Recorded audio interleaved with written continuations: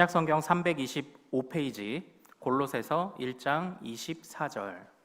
자, 우리 한 절 말씀 한 목소리로 같이 한번 읽어보도록 하겠습니다. 자, 시작. 나는 이제 너희를 위하여 받는 괴로움을 기뻐하고 그리스도의 남은 고난을 그의 몸된 교회를 위하여 내 육체에 채우노라. 아멘. 아멘.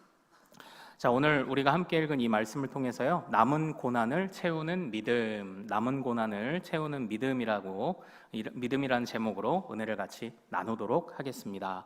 하나님께서 오늘도 우리 사랑하는 모든 성도님들께 은혜를 또 채우시기를 소망합니다. 오늘 종려주일입니다. 종려주일. 영어로는 팜 선데이 이렇게 얘기를 하더라고요. 종려주일. 십자가 죽음을 앞두고 예루살렘 성에 그것을 아셨음에도 입성하셨던 우리 예수님의 그 순종을 기념하는 바로 그런 주일입니다. 그런데 우리가 종려주일을 좀 그래도 나름 좀 특별하게 생각하는 이유가 있죠. 바로 이제 오늘부터 고난주간이 시작된다 이렇게 생각을 하기 때문에 우리가 이 종려주일이 더 좀 특별하게 또 여겨지는 것 같습니다. 그래서 오늘 종려주일 그리고 이 고난주간까지 함께 아울러서 오늘 제가 설교를 통해서 우리 그리스도의 고난의 의미를 다시 한번 생각을 좀 해보고요. 그리고 또 우리가 사도 바울이 또 여러 곳에서 고난에 참여하라 이런 권면들을 했지 않습니까? 우리가 고난에 참여하는 것이 무엇인지, 더 나아가 어떻게 고난주간을 보내는 것이 또 의미 있는 신앙생활이 될지 우리가 이것을 오늘 설교를 통해서 같이 좀 한번 살펴보기를 원합니다. 우리가 그 그리스도의 고난에 대해서 묵상할 때 우리가 사실 중심으로 가지고 있어야 하는 중요한 성경의 교훈과 가르침이 있습니다. 그것이 무엇이냐면요, 우리 한번 같이 따라해 볼까요? 예수 그리스도의 고난으로 충분하다. 네, 예수 그리스도의 고난으로 충분하다. 그리스도의 고난으로 충분하다. 바로 이겁니다. 기본적으로 우리가 예수의 고난을 생각할 때, 고난주간을 보낼 때 우리가 가져야 하는 마음 자세의 가장 기본은 예수 그리스도께서 겪으신 고난으로 충분하다라는 것입니다. 오늘 우리가 읽은 이 골로새서는요, 에베소에서 멀리 떨어지지 않은 한 150km 정도, 아주 멀지는 않은 지금의 터키 지역에 있는 그 골로새 교회를 배경으로 하고 있습니다. 이 골로새 교회는 사도 바울이 직접 가서 세운 교회는 아니에요. 그 에바브라라는 그 제자를 그쪽으로 파송을 했고 그가 아마 그곳으로 돌아가 교회를 세웠습니다. 그리고 지금은 이 에바브라가 사도 바울 사이에 왔다 갔다 하면서 지금 로마에 가택연금 되어 있는 사도 바울에게 왔다 갔다 하면서 교회에 이런저런 소식을 전해준 그런 상황들을 배경으로 하고 있어요. 그런데 그때 에바브라를 통해 전달받은 골로새 교회의 상황이 믿음 생활을 잘하는 자들도 있다는 소식도 있는 반면에 한편으로는 안타까운 소식이 들려오기 시작했습니다. 그게 뭐냐면 그리스도의 고난에 참여해야 한다라는 이유로 금욕을 가르치고 주장을 하거나 또는 어떤 고행이나 고통스러운 생활을 해야 한다고 말하는 그런 미신을 주장하는 사람들이 있었습니다. 그리스도의 고난을 기념한다, 그리스도의 고난을 따라간다 라고 할 때 바로 너 좀 그렇게 편하게 살아서 되겠어? 너 그렇게 살면 안 되지, 금욕해야 돼, 너 좀 고통스럽게 살아야지, 스스로 고행을 하고 계속 이제 이런 일들을 주장하는 사람들이 있었고요.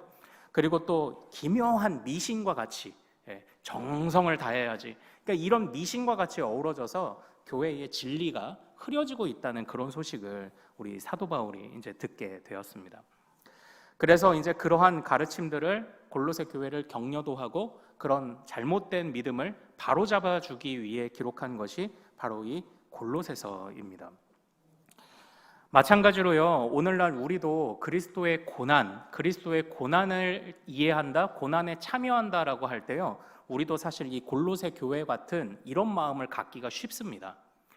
그래서요, 왠지 우리도 좀 무언가 이 고난주간에는 조금 금욕을 해야 될 것 같고 금식을 해야 될 것 같고 그리고 왠지 조금 힘들어야 될 것 같고 그리고 아니면은 내가 그리스도의 고난에 참여한다라고 하면 왠지 삼보일배로 우리 티벳에 있는 사람들이 라사라는 자신들의 불교 성지를 향해 삼보일배로 수천 킬로를 가듯이 우리도 마치 예루살렘을 향해서 절을 하며 무릎으로 기어가야 하는 것 같은 그런 마음을 받을 때가 있어요. 그리스도의 고난에 참여한다. 그래서 왠지 고난주간은 외식도 하면 안 되고 고난주간에는 웃어도 안 될 것 같고 왠지 좀 어렵게 지내야 될 것 같은 그런 생각을 우리가 갖게도 됩니다. 그런데 사랑하는 여러분, 예수 그리스도가 받으신 고난을 잘 한번 생각해 보십시오. 예수 그리스도가 받으신 고난은 어떤 모습이었습니까? 보통 우리가 예수의 고난을 생각할 때에 갖는 개념이 뭐냐면 패션 오브 크라이스트라는 영화를 통해서 본 예수의 고난을 우리가 주로 생각하기가 쉽습니다. 그런데 그때에 중요한 대사들이 있었고 그것에 우리가 그것을 듣지 않은 건 아니지만 대부분 그 영화를 통해서 우리에게 형성된 고난이라는 것은 육체적 고난에 한정되어 있는 경우가 많아요. 패션 오브 크라이스트라는 영화를 통해 아이고 어떡하나 우리 주님이 저렇게 매를 맞으셨네, 아이고 저 채찍을 저렇게 맞으셨네, 아이고 창에 찔리셨네, 아이고 못에 박혔네, 아이고 어떡해 안타까워하는 이런 마음들이 우리 안에 자리 잡기가 쉽습니다. 물론 그러한 마음도 중요합니다. 왜냐하면 우리가 받아야 되는 형벌이었거든요. 그런데요, 이렇게 어떤 특정한 영화를 통해서 형성된 또는 성경을 통해서 균형 잡힌 모습으로 형성되지 않은 주님의 고난에 관한 이해는요, 자칫하면 트라우마를 만들 수 있어요. 그래서 제가 이전에 사역하던 교회에 진짜 전도사 사역할 때인가 아마 그랬던 것 같습니다. 그때 패션 오브 크라이스트라는 영화가 나오고 이걸 막 각 교회들에서 어린아이들한테도 이걸 막 보여준 거예요. 패션 오브 크라이스트라는 영화는 폭력성으로만 따지면 이건 19금 영화입니다. 이건 청소년 관람 불가입니다. 근데 그거를 아이들에게 너희들 죄가 이렇게 무서운 거야. 의도는 좋았을지 모르지만 그 의도를 전달하는, 말씀이 전달하는 방식을 전하기에는 너무나 그것이 어려운 장면들이었어요.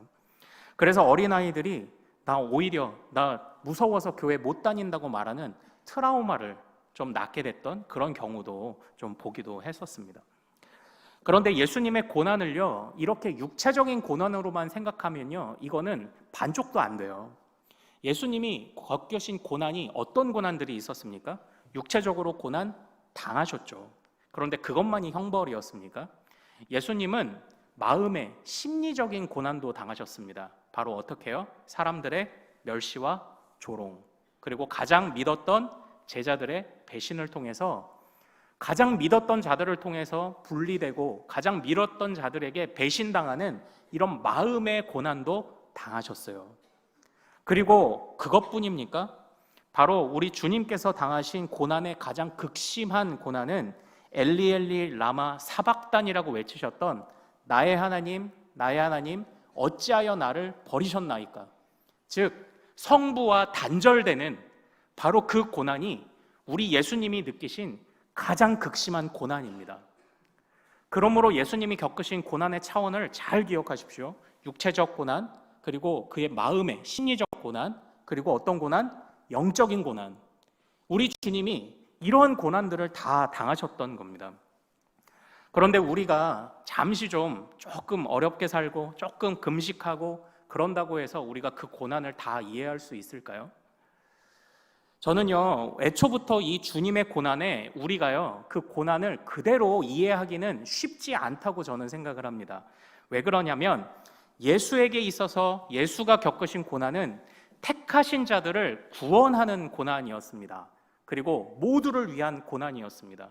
그 고난의 무게를 측량할 수 없는 그런 고난입니다. 그러나 만약에 우리가 예수님과 똑같은 매를 맞고 똑같은 배신과 똑같은 고난을 당해야 한다면 그건 그저 우리가 지은 죄에 대한 형벌일 뿐입니다. 그것은 누구를 구원하는 그런 고난도 아니고요, 그 고난을 당함으로 우리 스스로도 구원을 할 수가 없습니다. 그건 그냥 형벌일 뿐입니다. 그렇기 때문에 우리는 애초부터 주님의 고난의 그 크기와 넓이와 깊이를 이해할 수 없는 사람들입니다. 그러므로 우리가 그리스도의 고난에 참여한다고 말할 때 그리스도께서 하신 매를 똑같이 맞고 그리스도가 하신 조롱을 똑같이 당하고 단순하게 그런 것만을 의미하는 게 아닙니다. 우리는 인간의 죄를 대신 질 수도 없고요, 나 자신도 건사 못하는데 우리가 어떻게 인류를 구원하신 그 그리스도의 고난을 다 헤아릴 수 있을까요? 그러나 오늘 성경은 분명하게 이야기를 합니다. 예수의 고난의 의미를요. 우리 20절 말씀 한번 같이 1장 20절 같이 한번 읽어볼까요? 자, 시작. 그의 십자가의 피로 화평을 이루사 만물 곧 땅에 있는 것들이나 하늘에 있는 것들이 그로 말미암아 자기와 화목하게 되기를 기뻐하심이라. 아멘. 오늘 이 말씀이 의미하는 바, 이 안에서 정말 주님의 고난이 우리에게 주시는 귀한 열매와 유익이 어떤 단어로 표현되어 있습니까? 이 본문을 잘 보십시오. 무엇이 이 고난의 열매입니까? 바로 화평과 화목이에요. 그러므로 아버지와 우리를 화평하게 하고 화목하게 만드는데 주님의 고난으로 충분하다는 겁니다. 그러므로 지금 우리의 상태가 어떻습니까? 아버지와 우리가 화평케 된 상태인 거예요. 그리고 그의 죽음이 헛된 죽음이 아니라는 것이 이제 18절 나중에 또 읽겠지만 18절에 보면 죽은 자들 가운데 먼저 나신 이 그리스도의 부활을 통해서 이 고난이 참으로 의미 있게 된 겁니다. 참고로 우리가 고난을 생각할 때 이 부활을 함께 꼭 세트로 생각해야 돼요. 왜냐하면 참고로 외국에 또는 우리나라도요, 많은 신학교들의 신학들 교수들이 있지 않습니까? 신학자들이 있지 않습니까? 그런데 신학자 중에요, 예수님의 죽으심에 관해서는 일치합니다, 의견들이. 그러나 예수님의 부활에 관해서는 믿지 않는 신학자가 많아요. 그냥 성경을 하나님의 말씀이 아니라 고전으로 연구하는 신학자들도 많습니다. 우린 이것들을 자유주의라고 이야기를 하는 겁니다. 그러니까 한번 잘 보십시오. 그 이야기를. 예수님의 죽음에 관해서는 거의 일치합니다. 문제는 이 예수님이 참된 하나님의 아들이냐, 아니면 그냥 그 당시에 나타났던 어떤 성령 충만함 받은 진짜 그냥 사람이냐. 거기서도 예수님을 하나님으로 보지 않는 그런 마음이 있긴 하죠. 그러나 예수의 고난과 죽음에 대해서는 이견이 없어요. 그러나 부활에 대해서는 갈려요. 그렇기 때문에 예수님의 고난만 말하는 방식은요, 온전한 구원과 화평과 화목을 말하기에는 부족해요. 예수님의 고난이 참으로 인류를 구원하는 대속의 죽음이었다는 것을 무엇으로 주님께서 증명하셨느냐? 부활로 증명한 거예요. 그래서 고난과 부활이 함께 세트로 엮여지지 않으면 우리는 반쪽짜리 고난을 붙들고 있는 겁니다. 근데 오늘 말씀을 한번 잘 보십시오. 그렇게 고난과 부활을 통해서 우리에게 어떤 유익을 주셨다? 화평과 화목을 주신 거예요. 그런데 이 화평과 화목을 통해서 얼마나 사도 바울이 우리의 구원받음이 얼마나 감격적인지를 13절에서 어떻게 말하고 있는지를 잘 보십시오. 13절 읽을까요? 자, 시작. 그가 우리를 흑암의 권세에서 건져내사 그의 사랑의 아들의 나라로 옮기셨으니 아멘. 이겁니다. 지금 여러분의 시민권이 어디 있습니까? 여러분이 이 땅에서 살지만 여러분이 지금 누구의 백성입니까? 사랑의 아들의 나라의 백성인가요? 사랑의 아들의 나라의 백성. 왜 이것이 가능했습니까? 주님이 감당하신 고난과 주님이 이루신 부활을 통해 이것이 우리에게 화평과 화목으로 나타난 거예요. 그래서 주님이 겪으신 고난으로 주님의 부활로 충분합니다. 그래서 우리 종교개혁가들은요, 우리 칼빈 선생님은요, 고난주간에 쓸데없는 고행을 하지 못하도록 이거 권면했습니다. 그리고 금식도 그렇게 권장하지 않았습니다. 오히려 고난주간은 주님이 우리를 화목하게 해주신 것을 받아 기뻐해야 하는 날이라고, 그렇게 오히려 기뻐해야 하는 날이라고 가르쳤습니다. 왜냐하면 주님의 고난으로 충분하기 때문이에요. 우리가 좀 힘들면, 우리가 조금 힘들게 일주일을 보내면 주님의 고난이 더 완벽해지나요? 더 의미 있어지나요? 아니요. 이미 주님의 고난으로 충분합니다. 이것이 우리가 주님의 고난에 대해서 가져야 될 기본적인, 가장 기초적인 중심이에요. 핵심이에요. 이 교훈을 잊지 않으시는 우리 모든 성도님들 되시기를 소망합니다. 자, 근데 이제는 두 번째로, 그렇다면 우리가 온전히 주님의 고난에 참여한다는 것이 무엇인지를 한번 생각을 해보겠습니다. 자, 오늘 본문 말씀 1장 24절 같이 한번 읽겠습니다. 나는 이제 시작.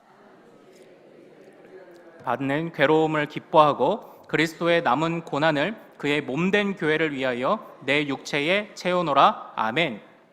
여기서 사도 바울은 특별한 표현을 한 가지 사용하고 있습니다. 그리스도의 남은 고난이라는 표현을 사용해요. 이 부분을 자칫 오해하면, 정말 오해하면요, 아직 주님께서 감당하셔야 될 고난이 더 남았다라고 착각하기가 쉽습니다. 그러나 그렇지 않아요. 앞에서 이어오던 문맥에서는 분명히 그리스도의 고난으로 충분하다고 말합니다. 그런데 사도 바울은 왜 남은 고난이라고 이야기를 할까요? 24절을 한번 잘 보십시오. 여기에서 주어가 누구입니까? 바로 나입니다. 나, 곧 사도 바울을 의미하는 거예요. 여기에서 남은 고난이란, 그리스도의 남은 고난이란 사도 바울이 지금까지 겪어왔고 또 앞으로 겪게 될 바로 고난을 의미하는 것입니다. 그런데 재밌죠? 사도 바울이 겪어야 될 고난이 왜 그리스도의 고난일까요? 1장 18절에 그 비밀이 있습니다. 1장 18절 같이 읽어보겠습니다. 시작. 그의 몸인 교회의 머리시라. 그가 근본이시요 죽은 자들 가운데서 먼저 나신 이시니 이는 친히 만물의 으뜸이 되려 하심이요. 아멘. 사도 바울이 자기가 겪어야 될, 앞으로 겪게 될, 감당해야 했던 고난이 왜 그리스도의 고난이다라고 이해하고 있는지 아십니까? 바로 그리스도가 교회의 머리이시기 때문이에요. 그리고 나는 사랑의 아들의 나라에 속한, 즉 이 땅 가운데 교회로, 성도로 부름받은 일원이기에 나의 머리이신, 몸이 겪는 고난은 머리이신 그리스도가 겪는 고난이라고 이해를 하고 있었던 겁니다.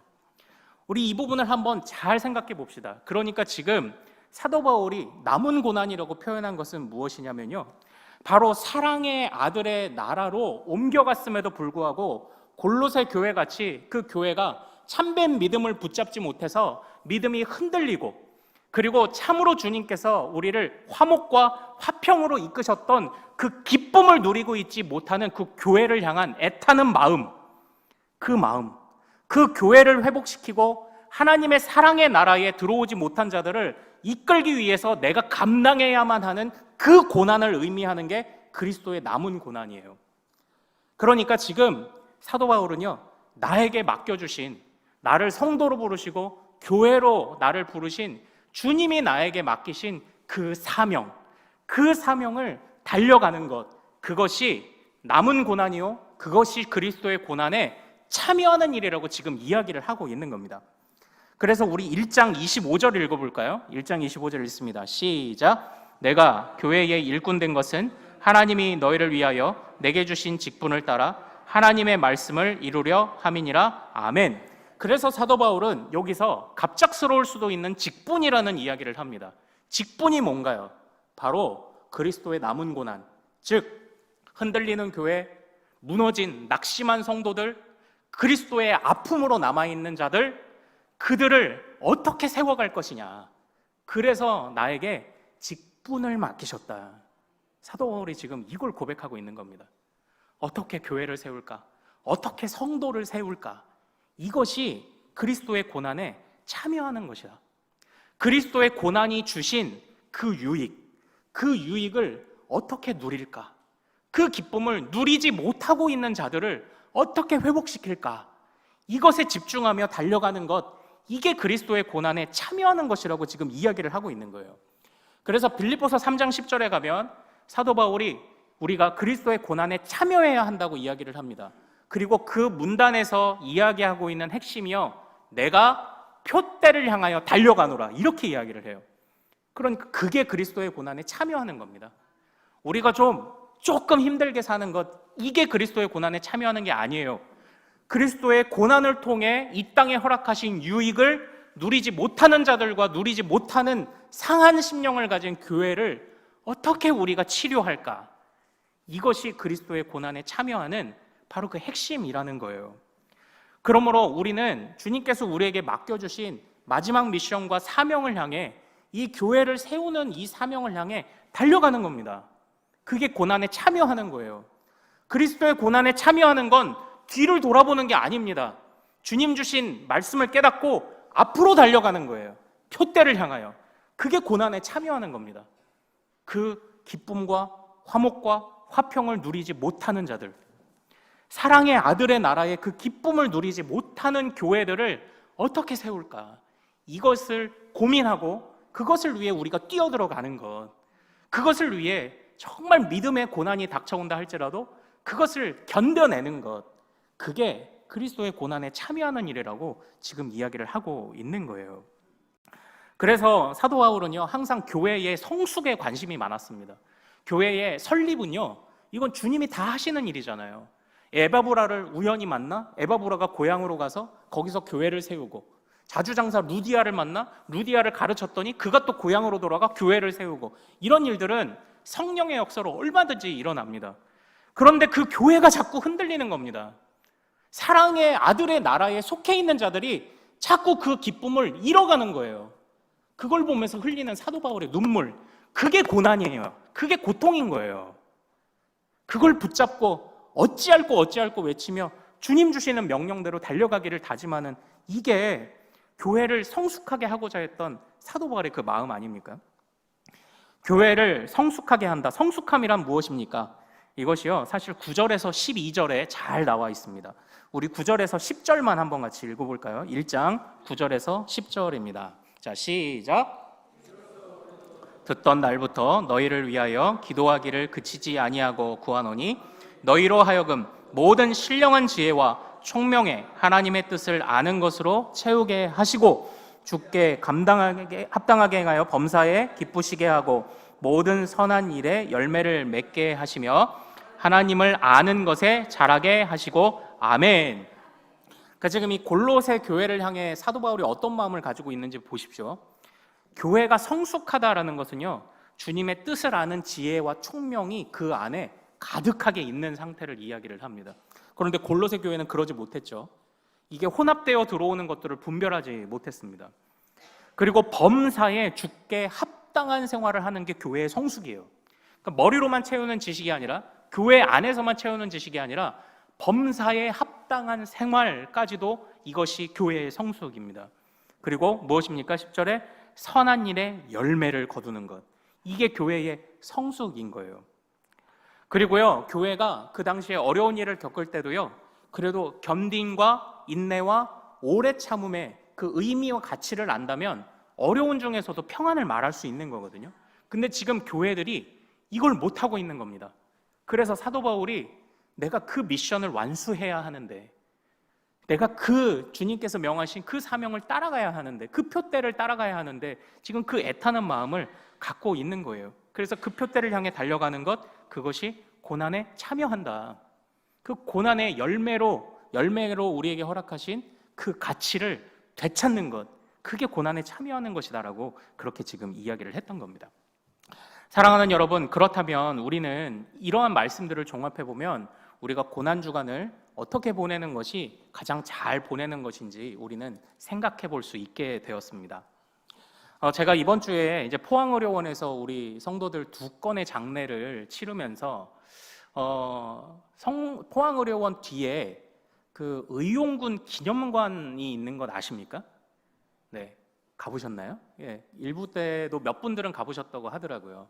의용군 아시죠? 이제 6.25 때 의용군 기념관이 거기에 있습니다. 그런데 그런 의용군 기념관들 어떻습니까? 또 제가 어릴 적에 저기 그 이제 제암리 교회, 어려운 중에도 신앙을 지켰던 그 제암리 대학살이 있었죠. 그 교회의 성도들을 가두고 불을 질렀던 그 제암리 교회에도 가봤거든요. 그런데 이런 곳들의 특징이 뭔지 아십니까? 관리가 안 돼요. 정말 관리가 안 돼요. 먼지 쌓이고 다 망가져 있고 관리가 안 됩니다. 1년에 몇 번씩 기념식은 합니다. 의용군들, 학도병들 위해서 기념식 합니다. 그런데 평소에는 관리도 안 되고요, 찾는 이도 없고 관심도 없더라고요. 기념식은 화려하게 1년에 한두 차례씩 하는데 아무도 관심 주지 않는 기념식이 무엇이 의미가 있을까요? 그럴싸하게 세워놨지만 먼지만 쌓인 그런 기념비들이 무슨 의미가 있을까요? 제가 우연히 이제 어떤 토크쇼에도 나왔었고요. 또 유튜브에서도 요즘 나오는 그 라미라는 사진 작가의 그 사연을 하나 제가 듣게 되었습니다. 이 사진 작가는요, 외국에 우리 한국 참전용사, 6.25 참전용사의 참전용사들을 찾아다니면서 그분들께 그 사진을 찍어드리고 그리고 선물을 하는 그런 세계 여행을 하는 그런 사진 작가입니다. 그때에 이 라미 사진 작가가요, 그 참전 용사들을 만났을 때 이제는 다 그냥 할아버지들이 되셨어요. 돌아가신 분도 많고. 그런데 그들이 너무나도 감격스러워하면서 울어요. 한국에서 아직도 당신을 기억하고 있는 자들이 많습니다라는 그 얘기를 들을 때 그 참전 용사들이 그렇게 울어요. 가슴에는 이만큼의 훈장들을 다 달고 있습니다. 그러나 한국 사람들, 아직도 당신을 잊지 않는 한국 사람들이 있습니다. 그 사람이, 그 라미 사진 작가가 그 사용하는 이 캐치프레이즈가 있어요. Freedom is not free. 자유는 공짜가 아니다. 누군가의 헌신에 의해서 그 자유가 우리에게 왔다는 겁니다. 그래서 그 헌신했던 그 참전 용사들을 찾아가는데 정말 너무 기뻐하세요. 너무 감격해 하시는 그런 장면들을 봤어요. 그리고 이 앨범에 들어있는 사진을 이제 선물 받으면요, 그분들이 이렇게 물으십니다. How much? 이렇게 물어요. 얼마입니까? 내가 얼마를 지불해야 합니까? 그러면 그 라미 사진 작가가 이렇게 이야기를 합니다. 당신은 이전에 이미 다 그 값을 치렀습니다. 이렇게 얘기를 해요. 1년에 몇 차례 기념식 할 수 있죠. 1년에 몇 차례씩 그래도 중요한 행사들 할 수 있죠.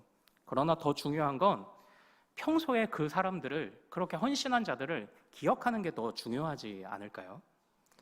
마찬가지로요, 우리가요, 그렇다고 고난주간 다 없애자고 그러는 것 아닙니다. 특별한 기회에 우리가 주님의 고난을 다시 묵상하는 것 무엇이 나쁘겠습니까? 그러나 고난주간에요, 우리가 다른 어떤 것들보다도요, 우리가 주님께서 우리에게 행하신 그 화평과 화목의 이 고난을 우리가 어떻게 잘 묵상하고 또 그렇게 우리에게 이루신 그 기쁨을 우리가 그동안 왜 그렇게 놓치고 살았는지를 오히려 그것을 회개하는 그런 시간으로 이 고난주간을 보내야 하지 않겠습니까? 그러니까 결국 우리가 고난주간에 해야 하는 회개가 무엇입니까? 무언가 왠지 회개를 해야 될 것 같은데 무슨 회개를 해야 될지 모르는 애매한 그런 회개 말고요, 주님이 허락하신 이 기쁨과 주님이 허락하신 이 화목의 가치를 알지 못하고 자꾸만 세상과 버타여 살아갔던 그런 우리의 마음들을 오히려 그걸 회개해야 하지 않습니까? 주님이 시온의 대로를 열어주셨는데 자꾸 곁눈질하며 살아갔던 그 가치를 알지 못하고 기쁨이 없었던 우리에게, 화평이 없었던 우리의 모습, 그 모습을 오히려 우리가 회개해야 하는 그 일주일이 되어야 하지 않겠느냐고요. 회개를 정확하게 하십시오. 예리하게 하십시오. 회개를 어설프게 하지 마십시오. 어정쩡하게 하지 마세요. 구원의 기쁨과 감격을 내가 왜 놓치고 살았는가, 이것을 회개하십시오. 이게 우리가 고난주간을 잘 보내는 방법이 아니겠습니까? 이제 그 고난주간 이제 특세를 안 해서 조금 서운해 하시는 또 그런 또 의견들도 있다는 것을 제가 잘 알고 있습니다. 그러나 제가 말씀드렸죠. 고난은 항상 뭐와 세트다? 부활과 세트입니다. 그런데 우리가 고난주간 이렇게 보내고 특세하고 주님의 고난을 묵상하는 것은 본질이에요. 그러나 특세를 하느냐 마느냐는 요건 비본질입니다. 특세를 할 수도 있고요, 안 할 수도 있습니다. 주님의 고난을 묵상하는 것은 본질이에요. 이거는 흔들려서는 안 돼요. 그러나 그 고난을 묵상하는 방식이 어떤 방식이냐는 우리가 상황과 형편에 따라 결정할 수 있어요. 주님의 고난이 주님의 고난이 의미가 없는 게 아니에요. 주님의 고난은 너무나도 의미 있어요. 그러나 비로소 그 고난은 부활로 완성됩니다. 그래서 우리가 부활절을 함께 보내며 그 부활의 의미를 함께 누리고 함께 살피며 우리에게 주신 구원의 기쁨과 감격을 누리는 부활감사 사경회를 한번 해보자. 제가 이제 오늘 이렇게 제안한 거예요. 이 사경회도요, 할 수도 있고 그냥 안 할 수도 있어요. 우리가 고난과 부활을 잘 묵상하며 부활주일 공예배만 드리고도 우리 안에 부활의 기쁨과 감격이, 하늘 시민권에 대한 자부심이 충만하면 말씀 사경회 안 해도 괜찮습니다. 그러나 우리가 조금 더 예리하게 균형 잡힌 본질을 한번 쫓아가 보자. 이제 그런 차원에서 제가 좀 부탁을 드리는 거예요. 나중에 고난주간 기도회 할 수 있죠. 그러면 모두 해야 된다? 예, 부활감사 말씀 적용해. 그럼 2주 할 수 있죠. 2주 동안 다 나오실 거잖아요. 할 수 있죠. 왜 못 하겠습니까? 예. 뭐 그러다가 딱 필 받으면은 우리 21일 단일 집회 해가지고 21일 3주 못 합니까? 할 수 있죠. 할 수 있습니다. 그러나 중요한 거는요, 본질이에요. 본질. 주님의 고난과 부활을 우리가 잘 묵상하고 그렇게 우리에게 허락하신 기쁨을 이걸 빼앗기지 않는 거예요. 이게 정말 본질입니다. 빼앗겼던 것을 회개하고 다시 빼앗기지 않기를 다짐하는. 그래서 고난주간은 침울하거나 이렇게 가라앉아 있는 시간 아닙니다. 우리의 전의를 불태워야 되는 시간이에요. 고난주간은요, 힘이 넘쳐야 되는 시간이에요. 주님이 고난 다 받으셨는데 우리는 그 유익을 먹으면 되는데, 그걸 꼭 기억하는 우리 믿음의 가족들 되시기를 소망합니다.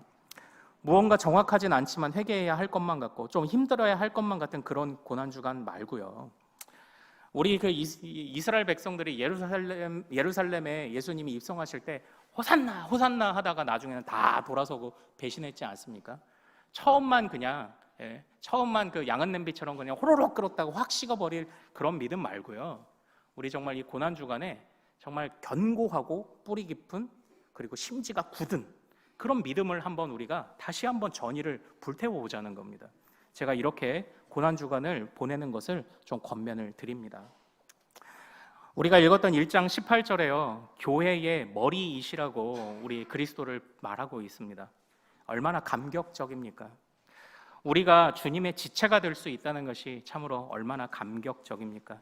주님의 부름받은 거룩한 성도가 된다는 것이 얼마나 감격적인 일입니까? 참으로 복음의 진리를 소홀하게 했음을, 이 복음의 진리를 참으로 우리가 견고하게 붙잡지 못했음을 회개하길 원합니다. 제가 이제 마지막 말씀만 드리고 마치도록 할게요. 그 예전에 그 위조 집회를 감별하는 위조 집회 감별사들이 어떻게 훈련이 되는지에 관해서 잠깐 기사를 본 적이 있는데요. 이분들이요, 위조 집회를 감별하는 훈련할 때 보통 위조 집회를 보고 연구할 것 같잖아요. 그것도 하긴 합니다. 그러나 위조 집회가 너무 종류가 많아서 그걸 일일이 다 보기에는 참 쉽지가 않대요. 그럼 위조 집회 감별사를 어떻게 훈련하는지 아십니까? 진짜만 뚫어지게 보게 해요. 그러면 나중에 틀린 걸 보면 금방 알아챈답니다. 그러니까 약간 교육의 방향성이 좀 다르죠. 진짜를 뚫어지게 보는 겁니다. 진짜를 깊이 연구하는 거예요. 그러면 나중에 뭔가 잘못됐다 하면 그게 보이는 거예요. 마찬가지로 우리도요, 복음이 우리에게 주고 있는 고난, 복음이 우리에게 설명하는 그 부활의 가치들, 주님의 그 거룩하신 말씀들을 우리가 예리하게 배우고 분석하고 그 길을 잘 따라가기를 소망해요. 그래서 우리 안에 어떠한 흔들림과 어떤 미신이나 어떠한 다른 요소들이 교묘하게 우리 안에 들어온다 할지라도 그것을 분별해내는 그런 믿음의 가족들 되기를 소망합니다. 이미 주님께서 주님의 고난과 부활로 우리에게 밥상은 다 차려주셨죠. 떠먹기만 하면 되는 거잖아요. 주님이 우리에게 이 땅 가운데 친히 성육신하셔서 그 말씀을 다 가르쳐 주셨잖아요. 이제는 우리가 그 말씀의 사도적 복음의 순수성의 계보를 이어오는 종교개혁가들과 초대교회와 참된 신앙의 후예들인 우리 교회를 통해 배우기만 하면 되는 거잖아요. 이게 뭐가 어려워요, 신앙생활이. 잘 배워서 배운 대로 그냥 살면 되잖아요. 진짜를 붙잡는, 그리고 균형 잡힌 신앙을 붙잡는 우리 믿음의 가족들 되기를 소망합니다. 표대를 향하여 달려가겠습니다. 나에게 남겨주신 주님의 그 아픈 마음이 낙심한 자들, 무너진 교회를 향해 갖고 계신 주님의 그 남은 고난을 채우는 그 믿음을 나에게 갖게 하여 주옵소서. 주님이 이루신 그 화평을 다 놓쳐버리고 살아가는 교회와 성도들을 내가 세우게 하옵소서. 그것을 위해 달려가게 하옵소서. 이것을 결단하는 우리 모든 믿음의 가족들 되시기를 소망합니다. 사랑하는 성도님들, 이제 우리 다 함께 자리에 일어나셔서 찬양하며 또 주님께 예물 올려드리고 또 기도하며 나아가겠습니다. 자, 내 구주 예수님, 주 같은 분 없네. 우리 같이 간절히 찬양합시다. 내 구주 예수님, 내 구주 예수님, 주 같은 분 없네. 내 평생에 찬양하니 놀라운 주의 사랑을 위로자 되시며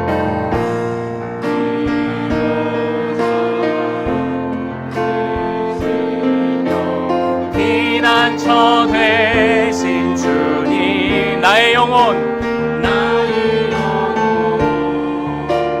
온 맘 다해 주를 경배합니다. 온 땅이여 주님께 외쳐라. 능력과 위엄의 왕 되신 주 땅과 바다 소리쳐 주의 이름을 높이리. 주행한 일 기뻐 노래하며 영원히 주님을 사랑하리라. 신실하신 주의 약속 나 받았네. 온 땅이여 주님께 외쳐라. 온 땅이여 주님께 외쳐라. 능력과 위엄의 왕 되신 주 땅과 바다 소리쳐 주의 이름을 높이리. 주행한 일 기뻐 노래하며 영원히 주님을 사랑하리라. 신실하신 주의 약속 나 받았네. 아멘. 우리 같이 기도하겠습니다. 고마우신 아버지 하나님 감사드립니다. 하나님 참으로 주 같은 분 없습니다. 하나님 우리에게 화평 주신 분, 우리를 화목하게 하신 분 주밖에 없습니다. 우리의 유일한 위로자 바로 구주이십니다. 하나님이여 그 구주를 우리에게 창세전부터 우리를 택하사 보내어 주신 그 성부를 찬양합니다.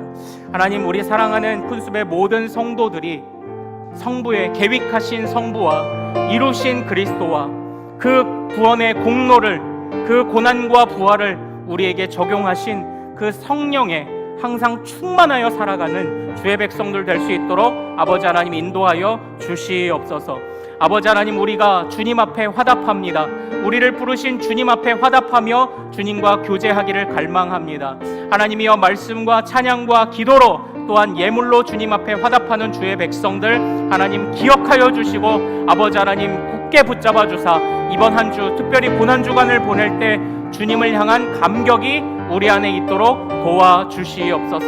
아버지 하나님 사랑하는 우리 성도들 하나님 어디를 가든지 주님 궁핍치 않게 하여 주시옵시고 혹시 어려운 길을 걸을지라도 곁눈질하거나 한눈 팔지 않고 하나님 풍랑을 바라보며 두려워하지 않고 오직 주님을 바라보며 주님이 열어주신 시온의 대로를 향하여 담대하게 걸어가는 주의 백성들 되게 하옵소서.